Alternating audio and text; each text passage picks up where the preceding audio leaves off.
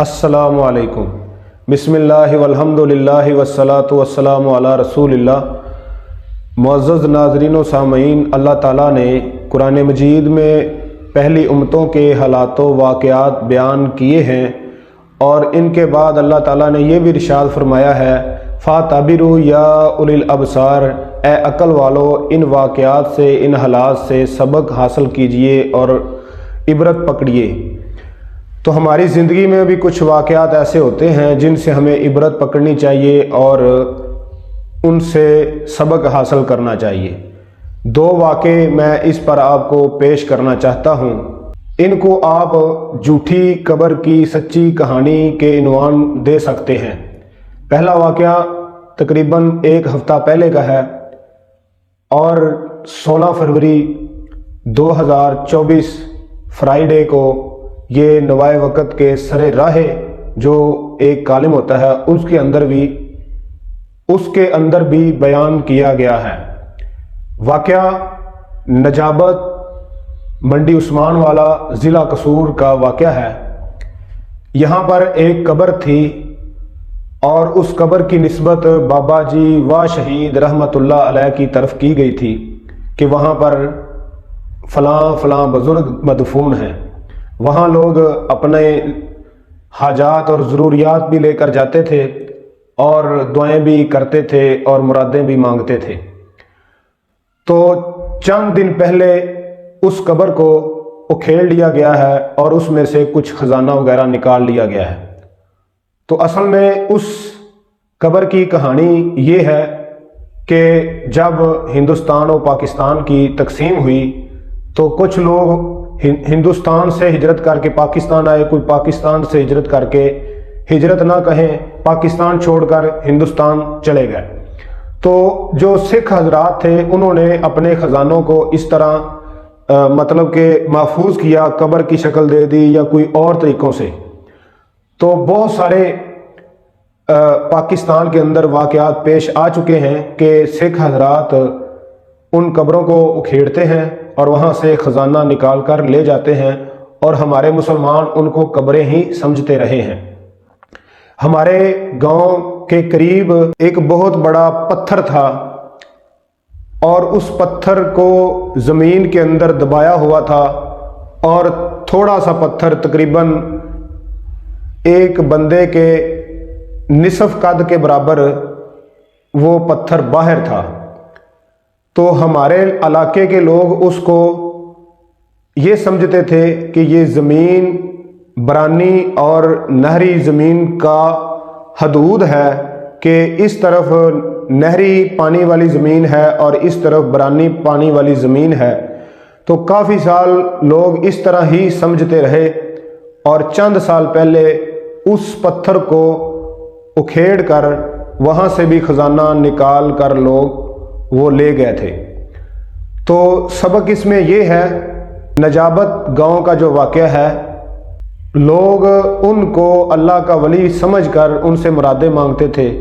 تو اس میں ہمارے لیے سبق ہے کہ پہلی بات کہ اللہ کے ولی جو ہوتے ہیں ان سے اس طرح مانگنا ہی نہیں چاہیے، اور ان کے لیے دعائیں کرنی چاہیے۔ اللہ ان کی سیرت پر ہمیں بھی عمل کرنے کی توفیق عطا فرمائے، اور ان کو اللہ تعالیٰ آخرت میں جنت میں مقام عطا فرمائے۔ تو یہ دعائیں کرنی چاہیے، نہ کہ ان سے مانگنا چاہیے۔ اور اگر ولی ہوں تو پھر بھی ان سے نہیں مانگنا چاہیے۔ تو دوسرا یہ کتنے عبرت والی بات ہے کہ وہ ولی تھے ہی نہیں جن کو ہم ولی سمجھ رہے تھے، وہ تو ایک خزانہ تھا۔ اس پر ہم نے تحقیق کی ہے، ہمارے کافی ساتھی ادھر کے موجود ہیں، اور ہمارے ایک ساتھی انہوں نے وہاں زمین بھی لی ہے، انہوں نے ہمیں بتایا ہے کہ یہ واقعہ ہی سچا ہے، اور انہوں نے ایک ویڈیو بھی بنائی ہے، اور وہ ویڈیو ہمارے پاس موجود ہے۔ یہ آپ دیکھ بھی سکتے ہیں ویڈیو کو۔ تو یہ ہمارے لیے سبق ہے، اس میں ہمیں ان چیزوں کو حقیقت نہیں سمجھنا چاہیے جن کے بارے میں ہمیں علم ہی نہیں ہے۔ تحقیق کرنی چاہیے، اور ہاں اگر تحقیق نہیں ہو سکتی تو ان چیزوں کا معاملہ اللہ کے سپرد کر دیں۔ ٹھیک ہے کہ یہ چیز اس کی حقیقت کو اللہ ہی جانتا ہے۔ تو ہمارے پاکستان میں کافی اس طرح کے واقعات پیش آ چکے ہیں، تو ہمیں ان واقعات کو دیکھ کر سن کر عبرت حاصل کرنی چاہیے کہ ہم کیا عقیدہ رکھتے ہیں۔ الطاف حسین حالی رحمۃ اللہ علیہ نے مسلمانوں کے بارے میں کہا تھا، کرے غیر گر بت کی پوجا تو کافر، ٹھہرائے جو بیٹا خدا کا تو کافر، کواکب میں مانے کرشمہ تو کافر، کرے آگ پر بہر سجدہ تو کافر، مگر مومنوں پر کشادہ ہے راہیں، پرستش کریں شوق سے جس کی چاہیں، نبی کو جو چاہیں خدا کر دکھائیں، شہیدوں سے جا جا کے مانگیں دعائیں، مزاروں پہ دن رات نظریں چڑھائیں، نہ اس سے توحید میں خلل آئے، نہ اسلام بگڑے نہ ایمان جائے۔ تو ہمارے مسلمان غیر مسلموں والے سارے کام بھی کرتے ہیں اور پھر بھی سمجھتے ہیں کہ ہم پکے مومن ہیں، مسلمان ہیں۔ تو دوسرا واقعہ مولانا محمد یوسف راجووال والے شیخ الحدیث ہیں رحمۃ اللہ علیہ، فوت ہو چکے ہیں۔ انہوں نے اپنی کتاب تحفۃ الجمہ کے اندر یہ بیان کیا ہے، صفحہ نمبر 140 پر کہتے ہیں کہ ہندوستان اور پاکستان کی تقسیم سے پہلے کا واقعہ ہے۔ امرتسر کے قریب ایک گاؤں ہے بوجیاں، وہاں کے ایک سکھ نے ایک بیل پالا ہوا تھا۔